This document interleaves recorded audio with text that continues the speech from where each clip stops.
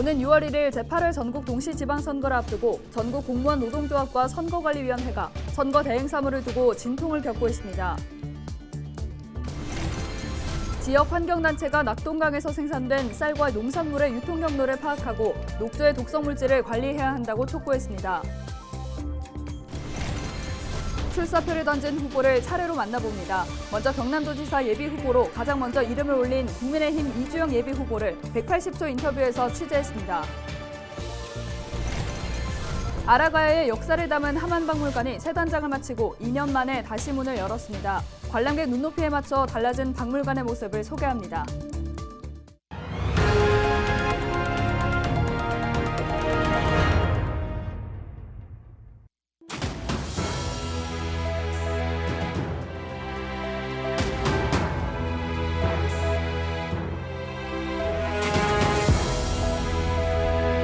여러분 안녕하십니까? 헬로티비 경남뉴스입니다. 오는 6월 지방선거를 앞두고 공무원들과 선관위의 갈등이 이어지고 있습니다. 이러한 갈등은 매번 선거가 있을 때마다 나오는 이야기잖아요. 네, 그렇습니다. 공무원 노조는 공직선거관리 규칙에 따라 선거벽보와 공보물 등은 선관위의 사무지만 인건비가 싸고 일 시키기 쉽다는 이유로 지방공무원들이 해왔다는 입장입니다. 네, 전국 공무원 노동조합 경남본부는 6일 기자회견을 열고 선거벽보 부착 등 선거 대행 사무를 직접 해야 한다고 선관위에 요구했습니다. 경남 공무원 노조는 선거 때마다 지방 공무원의 의사는 무시된 채 일방적으로 선거 사무가 추진돼 왔고 지난달 경남도 선관위와 면담도 했다고 말했습니다. 그러면서 하지만 도 선관위는 중앙 선관위에 건의하겠다는 말뿐이며 선거 사무제도의 개선 의지와 능력도 보이지 않는다고 덧붙였습니다.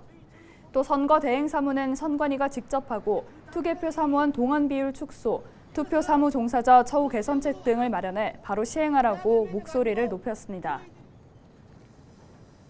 경남 지역 환경단체가 기자회견을 열고 최근 제기된 낙동강 생산 농산물의 독성물질 검출과 관련한 대책 마련을 촉구했습니다. 경남 환경운동연합과 학교급식연대, 낙동강 네트워크는 6일 낙동강 유역환경청 앞에서 기자회견을 열고 낙동강물로 재배된 쌀 등에서 녹조의 독성물질인 마이크로시스틴이 검출됐다고 말했습니다. 이어서 녹조 문제 해결은 낙동강 보의 수문을 열면 된다며 정부는 녹조의 독성물질 관리와 농업용수의 공급 대책을 마련하라고 촉구했습니다.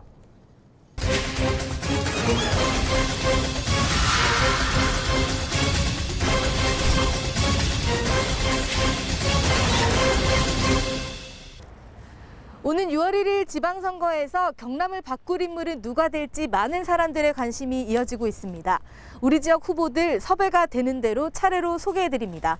먼저 경남도지사 예비후보로 가장 먼저 이름을 올린 국민의힘 이주영 예비후보를 180초 인터뷰에서 만나봤습니다.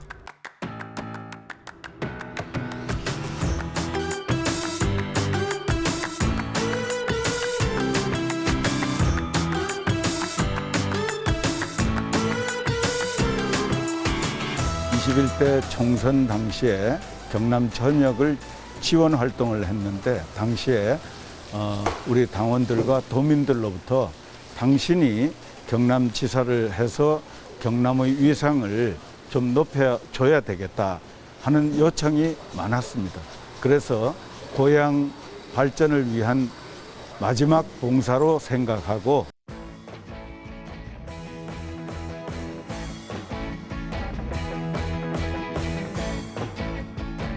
아이고 어머니 이주행 잘 부탁드립니다. 예. 신껏 좀 밀어주이소. 마산 사람 도지사 딱 시켜야지. 경남의 경제 위상이 개인 소득 기준으로 17개 전국의 광역자치단체 중에 2020년 17위 꼴찌입니다. 이걸 양질의 일자리 창출 통해서 다시 3위 안으로 올려 놓아야 됩니다. 그래서 투자 유치를 1,000억 불, 1,000억 불 이렇게 제가 하겠다고 하는 것이고 큰 담대한 목표 설정 통해서 공격적으로 갈 필요가 있다. 인구 500만 경남 시대를 열어가겠다. 이거죠.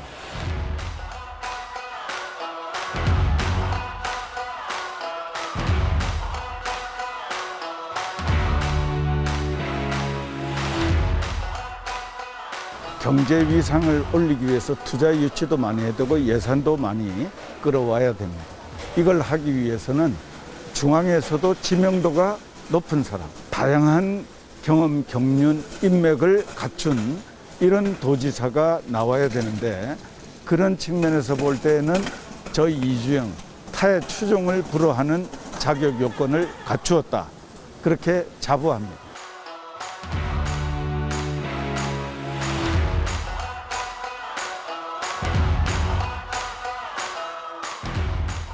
경남의 경제 위상을 끌어올리는 게 가장 급선무거든요. 그래서 내부의 일상적인 행정 업무 이런 거에 매몰돼서는 안 된다고 봐요. 그런 것들은 과감하게 행정부지사 또 실국장들한테 위임을 하고 지사는 양질의 일자리, 청년 일자리 만들기 위한 투자 유치 여기에 집중 투자를 해야 된다.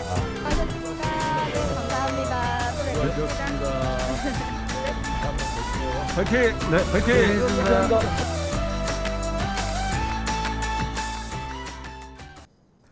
아라가야의 역사를 고스란히 담은 하만박물관이 새 단장을 마치고 2년 만에 다시 문을 열었습니다. 전시 공간은 관람객들의 눈높이에 맞춰 새롭게 꾸며졌고 지역에서 출토된 유물 530여 점도 공개됐습니다. 표영민 기자의 보도입니다. 봉황 두 마리가 마주보는 형상을 하고 있는 봉황장식 금동관입니다. 5세기경 제작된 것으로 추정돼 현재 출토된 가야시대 금동관 중 가장 오래됐습니다. 정갈 자리와 궁수 자리 등 125개 별자리가 새겨진 덮개돌, 옛 아라가야인들의 천문 사상을 보여주는 중요한 유물로 꼽힙니다. 최근 새 단장을 마친 하만박물관이 일반에 처음으로 공개한 유물입니다. 사슴 모양 토기 등 보물급 유물과 지질시대부터 통일신라까지의 유물 530여 점이 전시되고 있습니다. 전시 공간은 높아진 관람객들의 눈높이에 맞춰 새롭게 꾸며졌습니다. 기존의 전시는 19년 전에 전시가 진행되다 보니까 대체적으로 평면적인 전시가 이루어졌습니다. 근데 이번에 전시를 개편을 하면서 입체적으로 유물을 관람하실 수 있게끔 그렇게 전시를 구성을 하였습니다. 하만군은 박물관 재개관을 시작으로 아라가야의 우수성과 하만 문화 알리기에 속도를 내고 있습니다. 지난해 마리산 고분군에서 출토된 유물만 전시하는 공간이 문을 열었고 전시 공간 확보를 위한 제2전시관 중축도 순조롭게 진행되고 있습니다. 또 올해 가야 고분군이 세계문화유산으로 등재되면 마리산 고분군과 함께 하만박물관이 세계적인 관광지로 발돋움할 전망입니다. 헬로티비 뉴스 표영민입니다.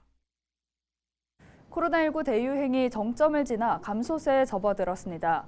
그래서 정부가 이번 주부터 사적 모임 인원을 10명으로 늘리고 영업시간도 자정까지 연장했는데요. 영업에 큰 피해를 본 자영업자들은 물론 시민들도 환영하는 분위기인데 실제 번화가 밤거리는 어떤 모습일까요? 김진재 기자가 현장 취재했습니다. 사회적 거리두기 조치가 완화되자 시민들은 일단 반기는 모습입니다. 아직 영업시간에 제한이 있긴 하지만 이전보다 모임 시간과 인원에 여유가 생겼기 때문입니다. 1시간 늘어났는데 1시간이라도 뭐 주변 사람들 만날 수 있고 그래서 더 즐길 수 있어서 저는 긍정적으로 생각하고 있습니다. 이번 주부터 사적 모임 제한 인원은 10명으로 늘었고 식당과 주점 등의 영업시간은 자정까지 연장됐습니다. 정부가 최근 코로나19 감소세와 소상공인 피해 등을 고려해 거리두기 조치를 일부 완화한 겁니다. 하지만 도심 번화가 풍경은 크게 달라지지 않았습니다. 밤 10시를 전후해 손님들이 빠져나가자 일부 매장을 제외하고는 빈자리가 대부분입니다. 지금 시간이 밤 11시 7분인데요. 영업 가능한 시간이 1시간가량 남았지만 길거리와 식당은 한산한 분위기입니다. 거리두기 조치가 완화된 지 이틀째 되는 날, 상인들도 아직 별다른 변화를 느끼지 못하고 있습니다. 아직 월요일, 화요일밖에 안 돼서 그런지 딱히 손님들 숫자나 인원수에 대해서 차이는 하나도 못 느껴졌어요. 네, 그냥 저번 주랑 별로 다를 게 없이 느껴졌습니다. 2020년 5월 이후 약 2년간 이어져온 사회적 거리두기.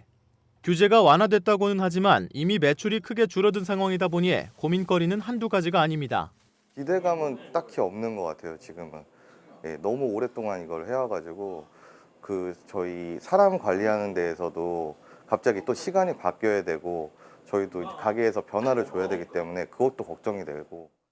이번 거리두기 조치는 오는 17일까지 적용됩니다. 정부는 이후 상황에 따라 거리두기 완전 해제도 검토하고 있습니다. 현재의 방역 상황들을 중점적으로 고려하면서 거리두기를 해제하는 조치가 필요한 시점이라고 판단하고 있습니다.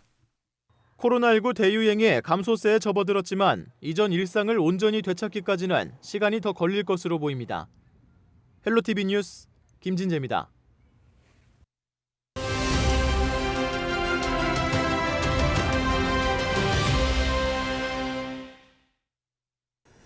요즘 물가 상승률이 정말 심상치 않습니다. 지난 3월 국내 소비자 물가 상승률은 4.1%, 이는 10년 3개월 만에 최고치를 기록했습니다. 전기와 가스 요금부터 각종 농축수산물 가격까지 안 뛰는 게 없는데요. 특히 국제 유가 상승으로 인해 이 기름값이 천정부지로 치솟고 있습니다. 정부는 일단 다음 달부터 7월까지 석 달간 유류세를 30% 인하하기로 했습니다. 지난해 11월 유류세를 20% 인하한 데 이어 추가로 가격 조정에 나서는 건데요. 이에 따라 휘발유 가격은 지금보다 4.2%, 경유 가격은 3% 정도 낮아질 전망입니다. 지난 5일 기준 전국 평균 휘발유 가격이 리터당 1990.25원이었는데 이는 대략 80원 정도가 더 싸지는 셈입니다. 일각에서는 이번 유류세 인하 조치가 폭등한 유가에 비해 턱없이 낮은 지원 대책이라는 볼멘 소리도 나오고 있는데요. 여러분의 생각은 어떠십니까? 지금까지 데일리 브리핑이었습니다.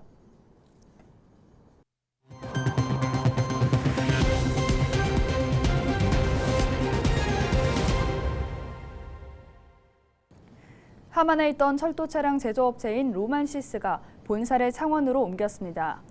로만시스는 6일 창원시 성산구 대원동에서 경상남도와 창원시, 현대 로템 관계자 등이 참석한 가운데 창원 공장 준공식을 열었습니다. 로만시스는 내년까지 1,049억 원을 투자하고 700여 명을 신규 고용할 계획입니다. 지난달 경남도지사 출마를 선언한 국민의힘 박완수 국회의원이 6일 김해시청을 찾아 동부경남 성장 전략을 발표했습니다. 박 의원은 김해 지역이 인구에 비해 의료시설이 부족하다며 공공의료원 건립을 통해 지역 의료 수준을 한 차원 높이겠다고 말했습니다. 이어서 화포천 국가습지생태원 조성과 가야문화복원 2단계 사업을 추진하겠다고 전했습니다. 부울경 메가시티와 관련해서는 수도권 대응 전략이라는 취지는 공감하지만 특별지방자치단체의 실체가 명확하지 않은데 문제가 있다고 지적했습니다. 또 박 의원은 경남도가 예전보다 위상이 많이 떨어져 있는 상태라며 기울어진 경남을 제대로 만들겠다고 밝혔습니다. 경남 여성봉사단이 6일 창원시청을 찾아 코로나19 감염에 취약한 저소득층 아동을 위해 써달라며 아동용 마스크 10,000장을 전달했습니다. 창원시는 전달받은 아동용 마스크를 지역 내 아동 양육시설과 지역 아동센터 등에 전달할 방침입니다. 경상남도와 창원시 고위공무원이 부당하게 골프장 이용료를 할인받았다는 의혹이 제기됐습니다. 창원 중부경찰서는 부정청탁법 위반 혐의로 경남도청 공무원 A씨와 창원시청 공무원 B씨를 조사하기 시작했습니다. 이들은 각각 270만 원과 190만 원을 부당하게 할인받은 것으로 알려졌습니다. 경찰은 이들이 서로 직무 관련성이 있는지 집중적으로 들여다볼 계획입니다.